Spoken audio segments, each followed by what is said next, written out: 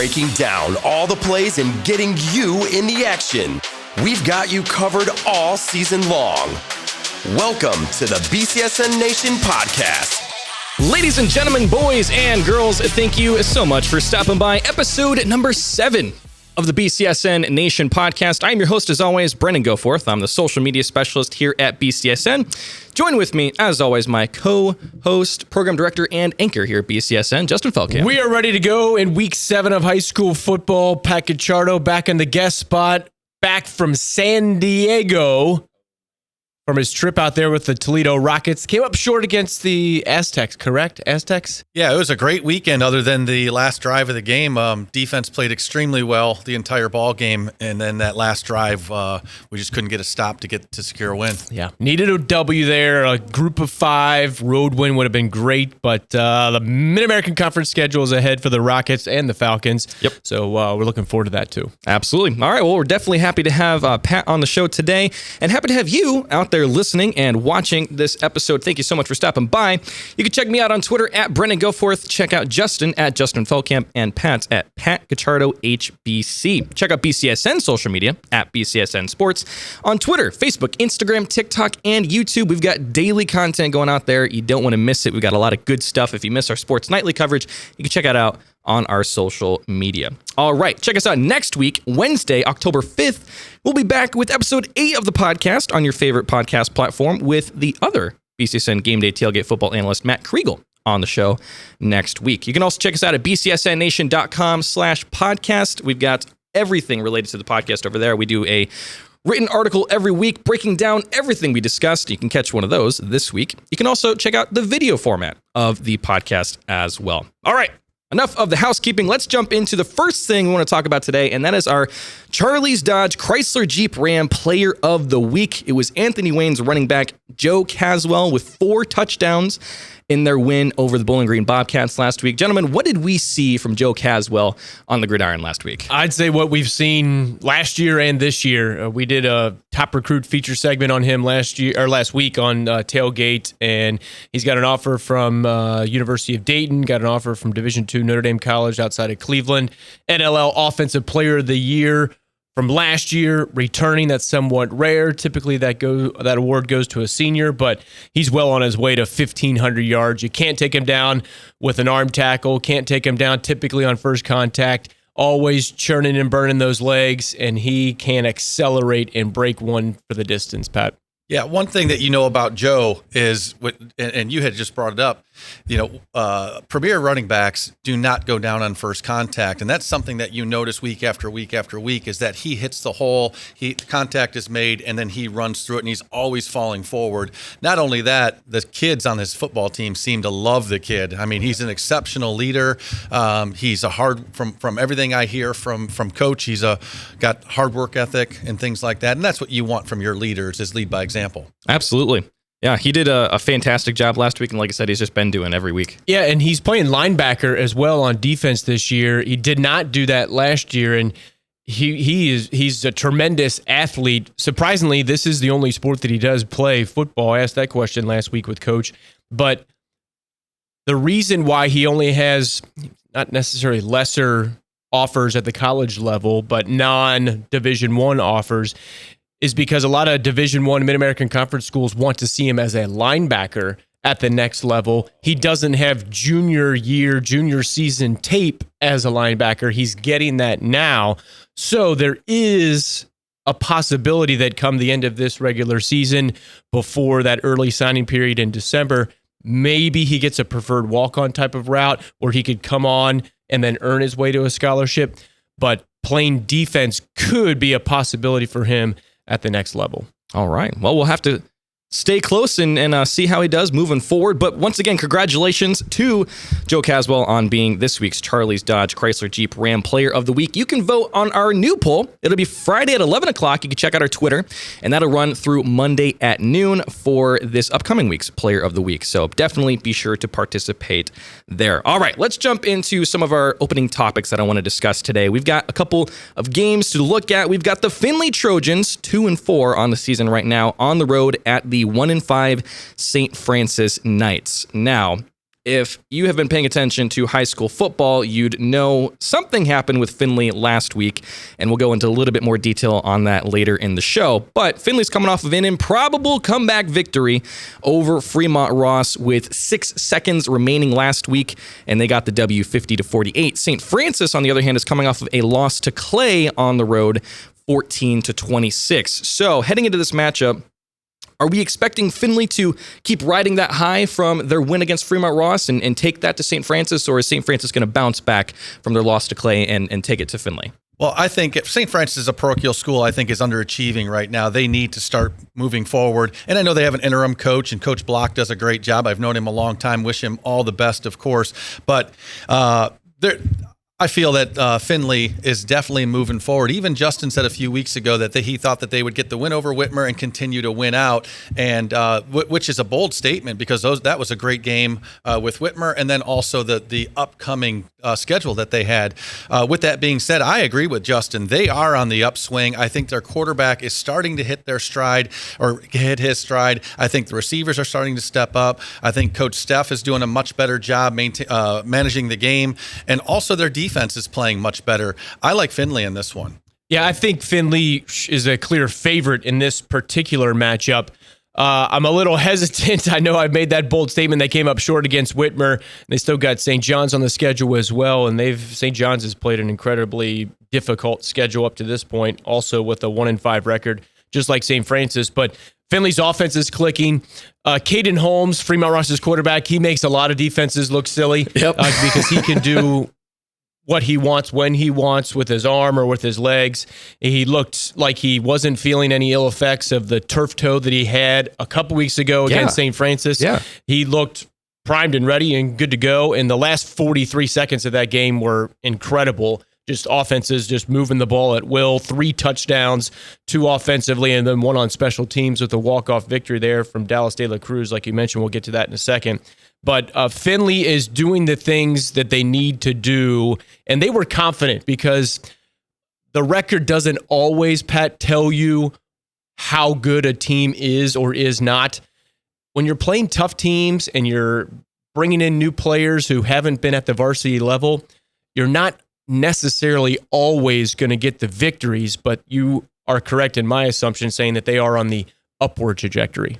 Yeah, there's no doubt. When you feel that you are outmatched on a Friday night, you have to find ways to manufacture points, whether that means an onside kick, a trick play, fake punt, those type of things. And so, when we were coaching at Starton at Springfield, we would always see, get an honest idea what the spread in our mind was of our opponent. And if the opponent had a 7-14 point spread, in our opinion, we would always try to manufacture those points and make up that line so that we could have a way to win that game at the end. And I think that is what Findlay is doing. All right, well, we'll go ahead and see how that one plays out this week and catch that on the BCSN Now app. The second game that I'd like to take a look at, jumping over to the City League, we've got the 0-6 Bowsher Blue Racers at the 4-2 Scott Bulldogs. Now, we mentioned Scott last week a little bit and how they've been the strongest team so far this year in the City League. Bowsher, as we said, 0-6, definitely struggling. They're coming off of a tough loss against Waite at the Glass Bowl last week, and Scott is coming off of a huge City League win over the Woodward Polar Bears, 48-0. Little thing to note, Woodward has only scored 6 offensive points this season. So what are we looking at with this Bowsher at Scott matchup this week? Yeah, I mean, it's Bowsher. There's, in my opinion, 6 teams in the City League total. 3 at the top, better. 3 at the bottom, not so much. I think Scott is one of those top 3 teams along with Start and Waite. Scott should handle the Blue Racers here of Bowsher in, I think, somewhat of a lopsided fashion. But I think for Scott, they're not just focused only on this game. They want to win. They know what they're capable of. And I think that they could, similar to what I thought about Findlay, they could go on a run. They got a showdown against Start in Week 9. That game is at Scott. It's a Thursday night game. It'll be on the BCSN family of networks. But the preseason coaches poll had Waite at the top, Scott, and Start. So I think any combination of those 3 is where we're going to end up. It's just a matter of which. everything that I'm seeing, Justin made a great point. The Scott Bulldogs need to not look ahead to the matchup with Start. And that is, something that you can, as young kids, you can tend to do. The coach has got to keep them focused, make sure that they are taking care of business until they get to that Start game. As Justin said, they should beat Bowsher tonight handedly. They are playing very well right now. Their level of talent that they've played against hasn't been the greatest, but on the other hand, they have a bunch of momentum because they've been winning games and they feel good. They got confidence, so they need to continue that going until that matchup. And I think that Start Scott matchup is going to be the championship game myself. And until we get there, you got to take business every single week. Do what you have to do, and that's what they've been doing. So we'll see how Scott does moving forward, and we'll see what happens in the Bowsher-Scott game as well. All right. That's enough for our opening topics. We've got a big one to discuss here coming up. It is our clip of the week. You probably already know what it is.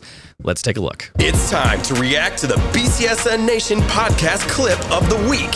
Send us your favorite play on Twitter, Facebook, Instagram, or TikTok using the @BCSN Sports and #BCSN Podcast. At BCSN Sports, #BCSN Podcast. It's our clip of the week. This clip was just absolutely insane.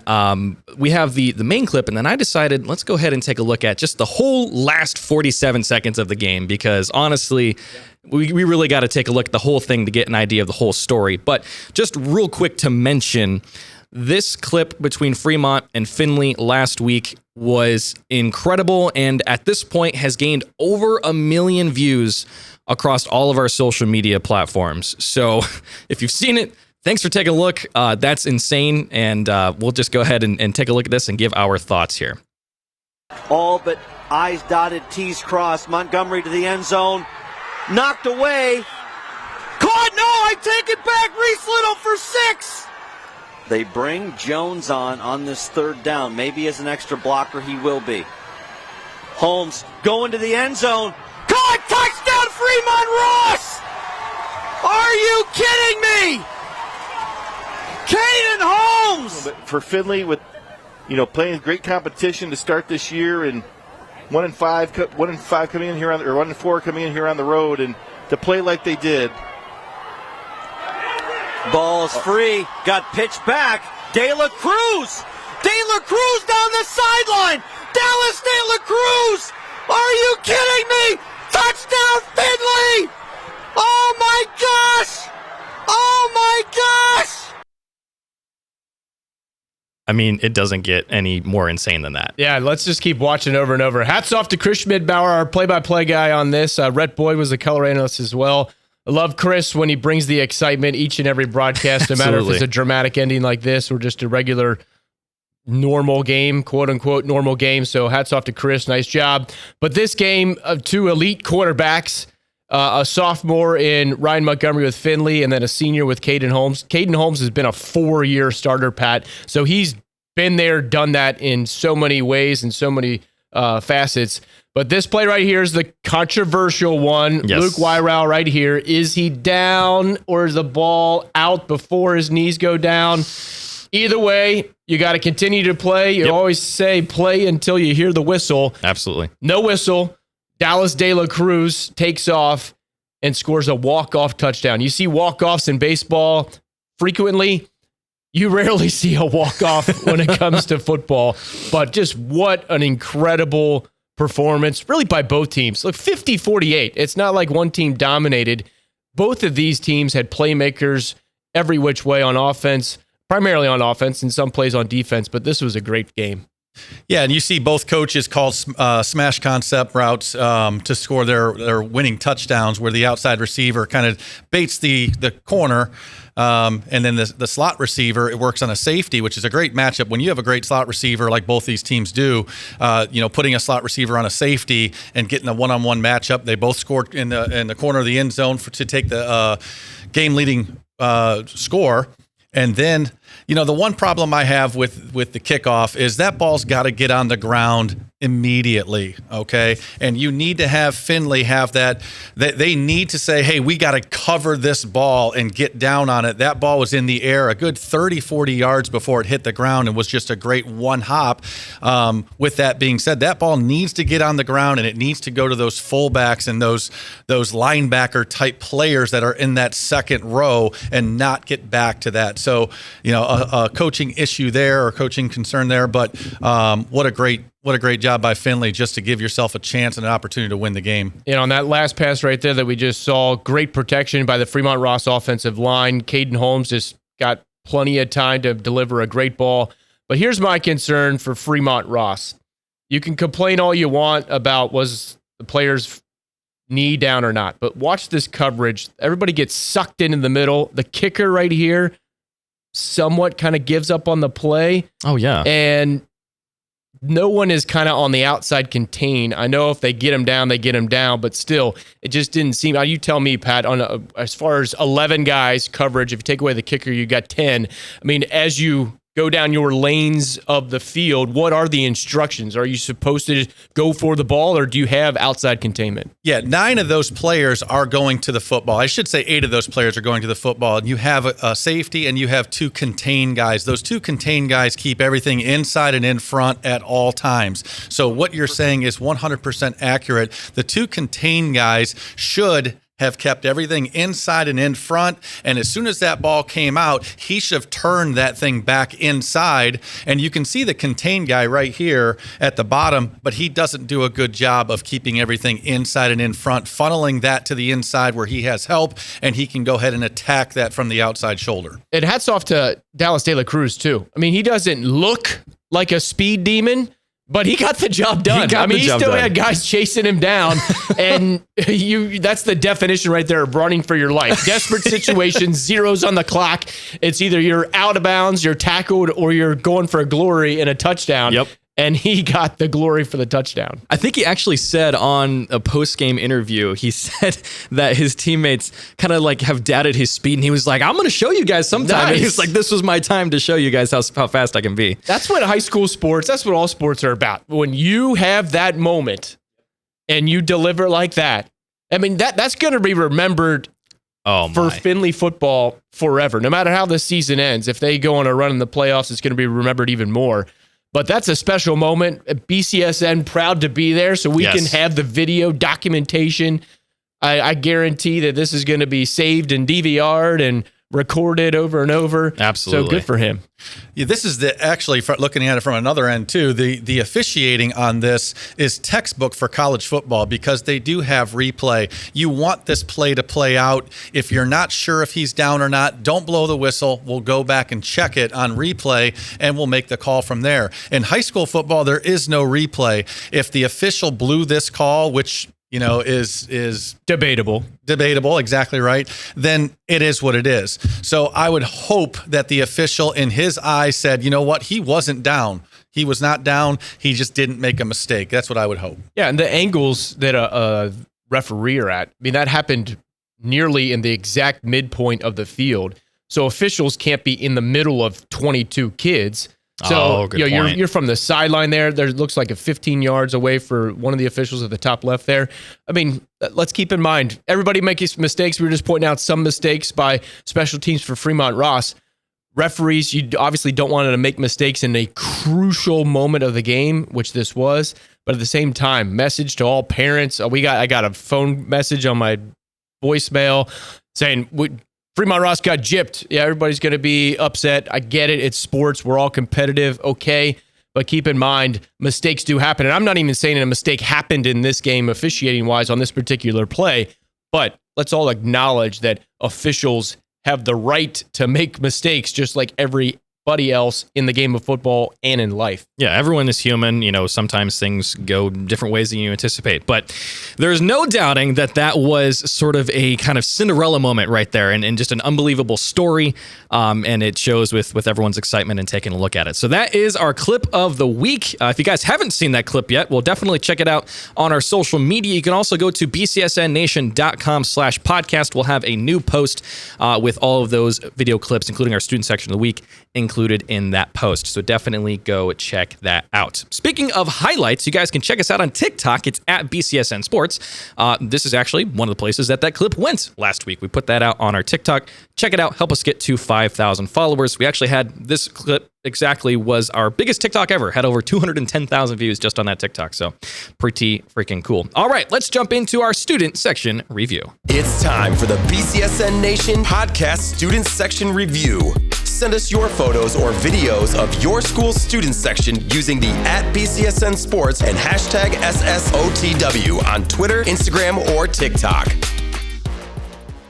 At BCSN Sports, hashtag SSOTW. It is our Unison Health student section of the week and our student section review. We always like to take a look at the student sections, and last week, the Whitmer Panther Nation came back, securing their second student section of the week of the season. Last season for football, they won the student section of the season. We'll see how things play out this season, but they were on the road last week, and they still showed up like crazy and gave us an incredible showing. So let's go ahead and take a look at this and just give our thoughts on, look at the crowd that they got on an away game. Look at this. I love the signage. Fridays are for the Panthers. Yes, it was a frat out night. That's what it was. Yes. I think that's a spoof on Barstool. Saturdays are for the boys. Yep. Fridays are for the Panthers. But yeah, Whitmer, they show up and they show out continuously, home or on the road. They deserve it. We spread the wealth, and deservedly so, with a variety of student sections from the NLL, City League, TAC, track. But Whitmer brings it. It's obviously the biggest school in our area, so more people to bring it, but they deserve every bit of the recognition that BCSN shows them, whether it's on social media or honoring them with the student section of the week. Absolutely. As a Whitmer alumni, this has happened for many, many, many years. Whitmer has always traveled well, no matter where they're going in the state of Ohio. And there's other schools around our area that travel extremely well. Anthony Wayne and Perrysburg are two of the other best around. And it's great to see, all the students show up for not only big games, but for all the games that the teams are traveling to. Yeah, Whitmer, you guys did a fantastic job. Thank you so much for participating. We'll see you this Friday with the belt, so definitely show up. I believe it's actually their homecoming, this week, so it should be a good crowd for you guys as well. But congratulations on getting the Unison Health student section of the week. All right, let's jump into our next segment. It's our question of the week. It's time for the BCSN Nation Podcast Question of the Week. Send us your question on Twitter, Instagram, or Facebook using the @BCSN Sports and hashtag BCSN Podcast. At BCSN Sports, hashtag BCSN Podcast. It's our question of the week. If you want to submit a question for us to discuss here on the show, then tweet at us at BCSN Sports and use the hashtag BCSN Podcast. Ask us your question and we will discuss it. But this week, I've got a question for you guys, and it is revolving around Central Catholic. For the rest of the season, the remainder of the regular season, what team poses the biggest threat to Central for the remainder? We've got Clay, 5-1, Whitmer, 4-2, and Fremont, 5-1. What teams, and then we've got St. Francis after that, but these three individual teams, what is the team that's posing the biggest threat to Central? Go ahead, Pat. Well, I think Fremont Ross is set up to beat them. Do I think Fremont can beat them? No, I don't. But they will have an opportunity because of Caden Holmes. When you have a quarterback that is mobile like him, and I love the kid over at Whitmer, and I love the kid at Clay even more. The quarterbacks can make plays. Caden Holmes does so many things, throwing the football. He's got good weapons. I really think that is a disappointing loss against Findlay the other night, and I know that's going to hurt them for a while, but they need to bounce back. But with Caden's passing passing game, along with what he does with his feet. He can escape. He can prolong plays. He can get out of trouble. That would be a team that you would think could give them the most problems in this. Whitmer's defense is always great. I've said it for many, many years. Whitmer's defense is always great. And I just don't think they have enough offensive firepower to compete with Central Catholic, at least yet. Hopefully over the next couple weeks, we see Whitmer and Clay start to play a little bit better defense so that they can give Central Catholic, if Central's going to win the title, make them earn it. I agree. No one's going to beat Central, okay? Let's say that straight up. Get that out of the way. Okay. A tailgate will be there for Central Catholic at Whitmer, so sorry I said it. But we will be there, and Whitmer still show up and show out. Gave you all kinds of credit for student section. Clay, 5-1. Great season for Clay. Absolutely. Now, the back half of their schedule as compared to the front half, way more difficult. But they overcame and beat St. Francis last week. I was at that game. Clay's environment, Clay Memorial Stadium, was tremendous. It was homecoming. There was a ton of people, standing room only on their entire half of the field. Just a great environment, and they delivered with a victory on their home field. Clay with a 5-1 start to the season. Great job for them. I think they could possibly get up to 6 wins, maybe 7, but I think they're going to position themselves to make the playoffs in some form or fashion. I know that whether you're on the left side or right side of should we expand the playoffs or should we not expand the playoffs? Expanding the playoffs is good for programs like Clay, who are in a difficult league year after year after year, but occasionally can break through and can allow success to build future success. So being in the playoffs in some capacity, even if it's a lower seed, 14, 15, 16, still you get a taste of the postseason, driving you to succeed, to coach better, to play better. But back to the question, I agree. I think Fremont Ross is the team that would challenge Central just because of the offensive weapons that they have. But if you take a look at the defensive performances that Central has had, I mean, they've had 2 shutouts already. They have given up 10 points, 17 points, 7 points, and then 23 points to one of the top-ranked teams in the state of Ohio in Week 1 against St. Ed's. So their defense is going to continue to dominate. Whitmer at home against Central Catholic, home field advantage doesn't mean as much at the high school level as compared to the college or NFL level, but Whitmer and Fremont Ross are the 2 answers that I would provide that could give them a challenge.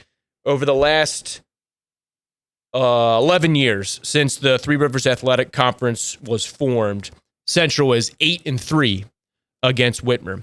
And a couple of those losses were against the Storm Nortons in the Chris Wormley years where they went on deep playoff runs in Division I. But Central Catholic has won 28 track games in a row.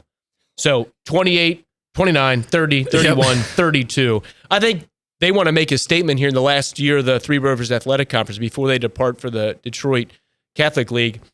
They can go and say, we won 30-plus games to round out our regular season schedule within the track. Absolutely. Yeah, and we will find out exactly how they end their season. Justin is already saying how it's going to go, so we will find out. So you guys can definitely stay tuned to BCSN for each of those games. All right, let's jump into our final segment. We're going to be talking the game of the week. It's time to break down the BCSN Nation podcast game of the week. Send us your predictions for who comes away with the victory on Twitter and Instagram using the @BCSN Sports and #BCSN Podcast. At BCSN Sports, #BCSN Podcast. It's the game of the week. We've got the Perrysburg Yellow Jackets on the road at the Anthony Wayne Generals. Perrysburg's coming off of a dominating NLL win over the Southview Cougars last week, 44-7. Anthony Wayne coming off of a big win over Bowling Green, 34-14. So these 2 teams have had a fantastic year so far, and they're finally meeting on the gridiron. This should be a really fantastic one. Pats, what are you seeing out of this matchup? Well, first and foremost, we were at Anthony Wayne Week 1, and week one was unbelievable. The atmosphere, the number of people that were there, the support that they have at Anthony Wayne was awesome. And that was for a team coming out of town from Findlay, if I can remember right. And now you have basically our league championship. The NLL League Championship is at Anthony Wayne.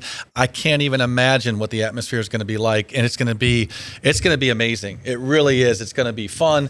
Like I said earlier, Perrysburg travels extremely well. Probably the top 3 schools that travel in our area, and to see all those people come in, I'm sure they'll be tailgating over at Anthony Wayne as well. So this is going to be a great game. I'm so glad that BCSN picked game day to go there. And this will be a lot of fun. Yeah, it's going to be fantastic. This was a game that we picked back in July. For the most part, we are able to project and think, okay, what matchups are going to be the best game of the week, pregame show, tailgate locations.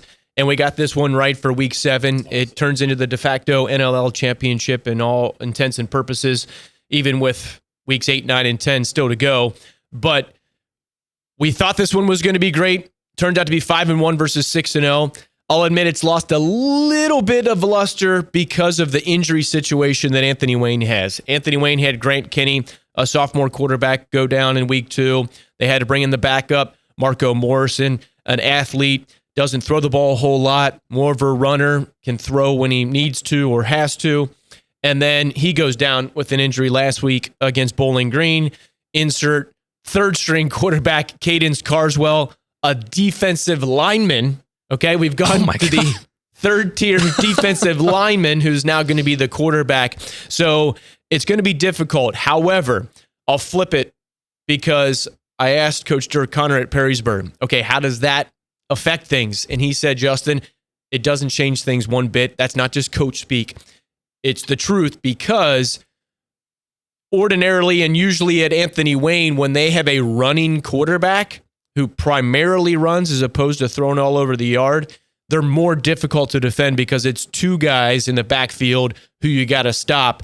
And especially when the other guy is a running back and Joe Caswell, who's the returning offensive NLL player of the year, it's still a difficult defensive assignment against Anthony Wayne's offense. Yes, and Anthony Wayne has never had a quarterback to throw it all over the yard. They've always had an exceptional, they'll call him a dual threat quarterback, but running the football is so predominant at Anthony Wayne with the zone read, with the quarterback trays, with the quarterback draws, with the quarterback ISOs and powers. Those things are a staple in their offense. Bringing over a defensive-minded kid to run that offense who has some experience, because I'm sure, like I said a couple weeks back, this kid has been taking about 40% of the snaps anyway, just in case.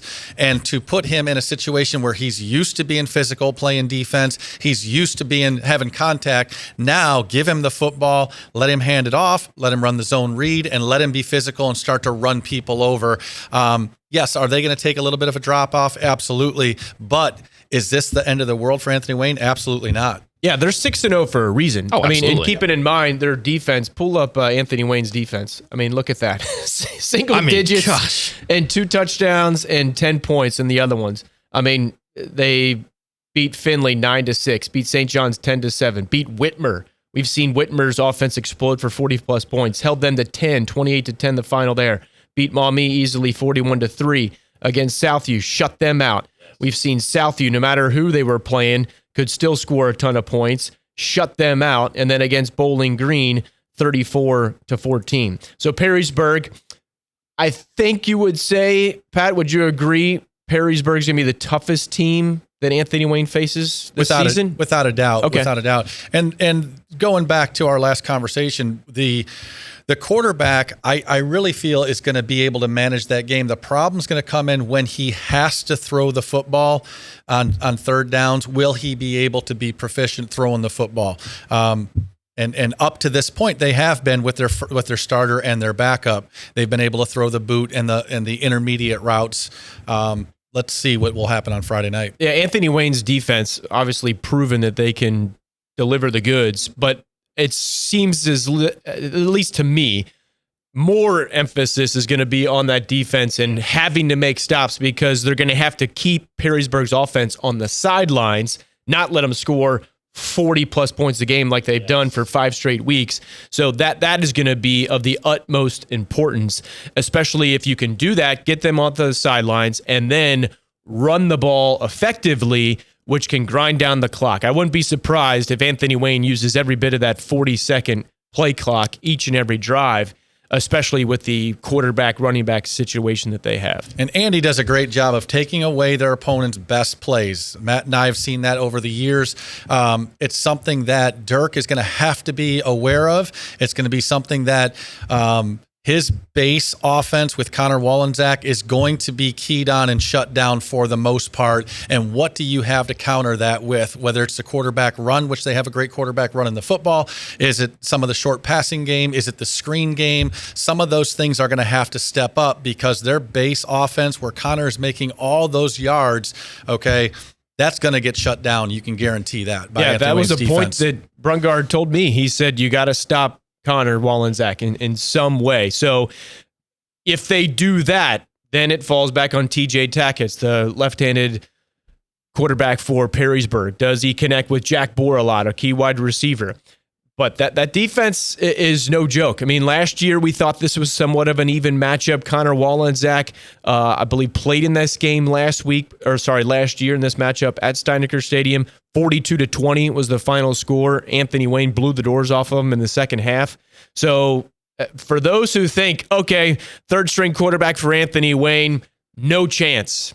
I would beg you to reconsider that. Let's see what happens from 7 o'clock, 7:05 kick. Thanks to everyone at A-Dub for setting up a 7:05 kickoff to make a prime matchup for BCSN's Game of the Week. And then from 7:05 all the way to about 9:30, let's just let the game play. We love to hype it up and talk about it on podcasts and Sports Nightly and news and sports, all that kind of stuff. Let's see what happens during the game. With that being said, defensively, Perrysburg has done a great job, and they're off to a really good upswing as well defensively. They've put Napoleon has scored points. They held them to 7. Sylvania Southview, as we know, has put some numbers up in the 70s. They held them to 7. And Bowling Green can score points as well. So 3 great performances by Perrysburg's defense after kind of giving up 2, 3, 4 touchdowns in their opening games. Yep, it definitely seems like the defenses are going to be the tale for this game. What defense can step up and take over the game. All right, well, you can catch that game. It'll be our location for this week's game day tailgate. You can catch that Friday at 6:30 p.m. And then you can catch that game, our game of the week, on BCSN 2. Like I said, kickoff at 7:05. What else do we have for our list of games? Before we get to Friday's matchups, sure, let's take a look at the City League Thursday night BCSN game of the week. Waite is at home to take on Rogers. That game can be seen on the BCSN Now app and live on BCSN 2, so check that out. And then on Friday, let's get to that list right there. Perrysburg Anthony Wayne, game of the week, BCSN 2 and the Now app. All these games on the Now app. Monroe is at Bedford up in Michigan. We got Findlay St. Francis. Napoleon is at Springfield. Pat's former team, the Springfield Blue Devils, coming off their first win of the season over Northview last week. Congrats to them. Northview trying to bounce back at Bowling Green. Yes. Maumee is at Southview.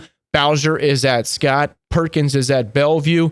That's a big-time matchup. Yes. The Jalen Santoro, former Bellevue player and coach, now the head coach at Perkins in his 3rd year, so going and coaching against his old team in so many ways, and Perkins is ranked in the top 10 in the state. Their Pirates are having a great season, and Bellevue's having a great year as well. And then Norwalk is at Sandusky, so we have coverage of all those matchups on the BCSN Now app on top of Game Day Tailgate, Game Day Nation Overtime, and 13 ABC's Football Friday. Absolutely. We got all the football for you. Don't miss out Friday night. All right, well, that's going to do it for this week's episode. Thank you guys so much for stopping by. Really appreciate it. Definitely leave us a 5-star review if you're listening on one of the podcast platforms. But check out next week's episode 8, Wednesday, October 5th at 3 p.m. We'll have Matt Kriegel back on the show. You can check me out on Twitter at Brendan Goforth, Justin at Justin Feldkamp, and Pat at Pat Cacciardo HBC. Thanks, guys. We will see you in the next one.